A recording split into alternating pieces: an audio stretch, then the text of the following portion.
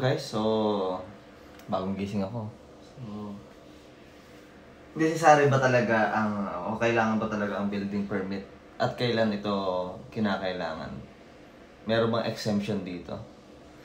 Well, dito natin makikita lahat yun sa tinatawag na National Building Code of the Philippines, no?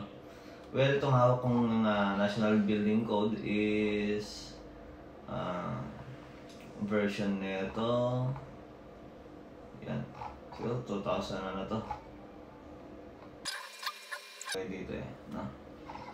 Copyright 2007. So, yun ang nakalagay dito. So, under ito ng Presidential Decree number 1096. So, kung lumang version man to, wala naman halos ito pinagkaiba. So, dito, tatanungin natin yung building permit. Yan, Control F. Okay.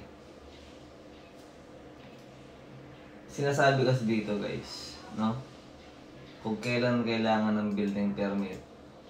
Okay. Ito kasi yun. Sa inyo. Yan. A document issued by the building official to an owner or applicant to proceed with the construction, installation, addition, alteration, renovation, conversion, repair, moving, demolition, or other work activity of specific project building, structure, or portion thereof after the accompanying principal plan, specifications, and other pertinent document with the duly notarized application are found satisfactory and substantially conforming with the National Building Code of the Philippines and its implementing rules and regulation. So, maliwanag na sinasabi dito guys, no? Ang sinabi dito, ang building permit ay in-issue, okay? At para makapag-proceed ang trabaho natin, either magpapagawa tayong bahay, o construction, or installation. Ito, pati mga aircon ito mga fire protection natin, no? Plumbing, addition, alteration, or renovation. So, kunyari, paka-extend mo lang kung kuha na ito, kailangan mo pa rin ng building permit. Yun ang naaayon sa batas, no? Pero since hindi ko alam, no, nasa Pilipinas tayo, or syempre, hindi rin natin masisisi yung mga kabayan natin na hindi kayang kumuha ng professional services. So yun, malabas parang yun, mga talagang malpractice nga nangyayari, no? Well, pag yun naman ang nangyari, syempre hindi tayo makakasigurado sa bahay na gusto natin ipatayo. Hindi natin alam yung tibay. Diba? Unlike kasi dito, no? Kapag kumuha ka ng contractor, alam nila yan, syempre. Same time, meron kang habulin kung ikaw magpapagawa ng bahay. Tsaka, magkakaroon talaga malawang investigation pagka nangyari. May sumablay dyan sa bahay mo. Bawa, lumindo lang 5, magnitude 5. Nag-iba. Hindi naman pwede yun. Okay. So, ayun. Ang sagot dyan guys, kailangan talaga. Kailangan talaga natin kumuha ng building permit. No? So, parang ganito yung sura. No? Wala pala dito. Wala pala sa ating sasakyan. Ano ba itong nandito? Okay. So, check it out natin to.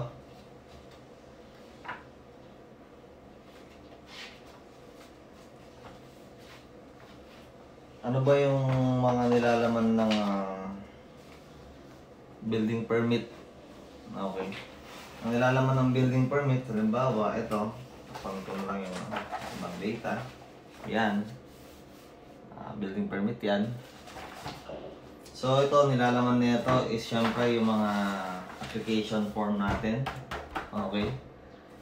Ito, pinipirmahan to ng civil engineer or architect. No? Unified Application Form for building permit. Same time, ito na yung para sa, meron din dito yung sa electrical permit. Yan. Signed by professional electrical engineer. Tapos, ito naman yung sanitary and plumbing permit. Pinag-isa na lang nila. No? Signed by professional mechanical, signed by master plumber or sanitary engineer. No? Pwede yan dito. Tapos naman ayan, sa zoning, compliance for building permit. So ito, magkakaroon application sa zoning, no? Sila mag-inspect ng area, ng lugar, no? Tapos sa BFP, ayan, fire safety evaluation clearance. So, dami nilang clearance talaga. Okay. Yan, Bureau of Fire pa rin to. Yan, checklist. Yan, checklist yan. Walang katapusan checklist yan. No? Yan, puro checklist to Yan, tapos syempre matibay-tibay na barangay clearance din. Kailangan din yan. Yan. And syempre yung ating kailangan din to. Yan, TCT. Transfer Certificate Title, kasi doon sa application form meron doon TCT number. Okay. Yun.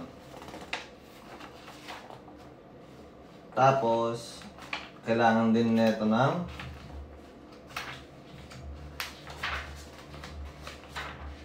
tax clearance ng lote.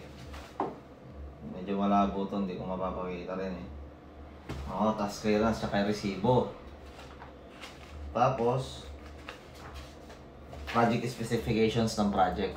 Yan, kailangan yan. And last not but the least, so marami pa yan. Ito naman yung sa location plan. Yan, para sa zoning. Tapos yung last not but not the least na tinatawag is yung tinatawag natin na bill of quantity. Ito, or yung BOQ. Dito makikita lahat ng presyo, ilang piraso yung gagamitin, mga ganun. Yes.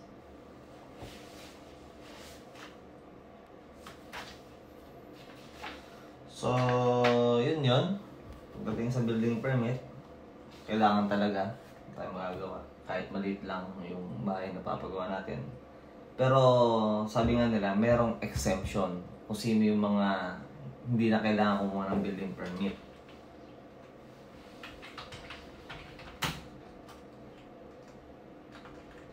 Natin, no? Ano po, meron talaga Ito. So, papabasa ko sa inyo. Ito yung mga exempted. Yan. Public buildings and traditional indigenous family dwellings shall be exempt from payment of building permits.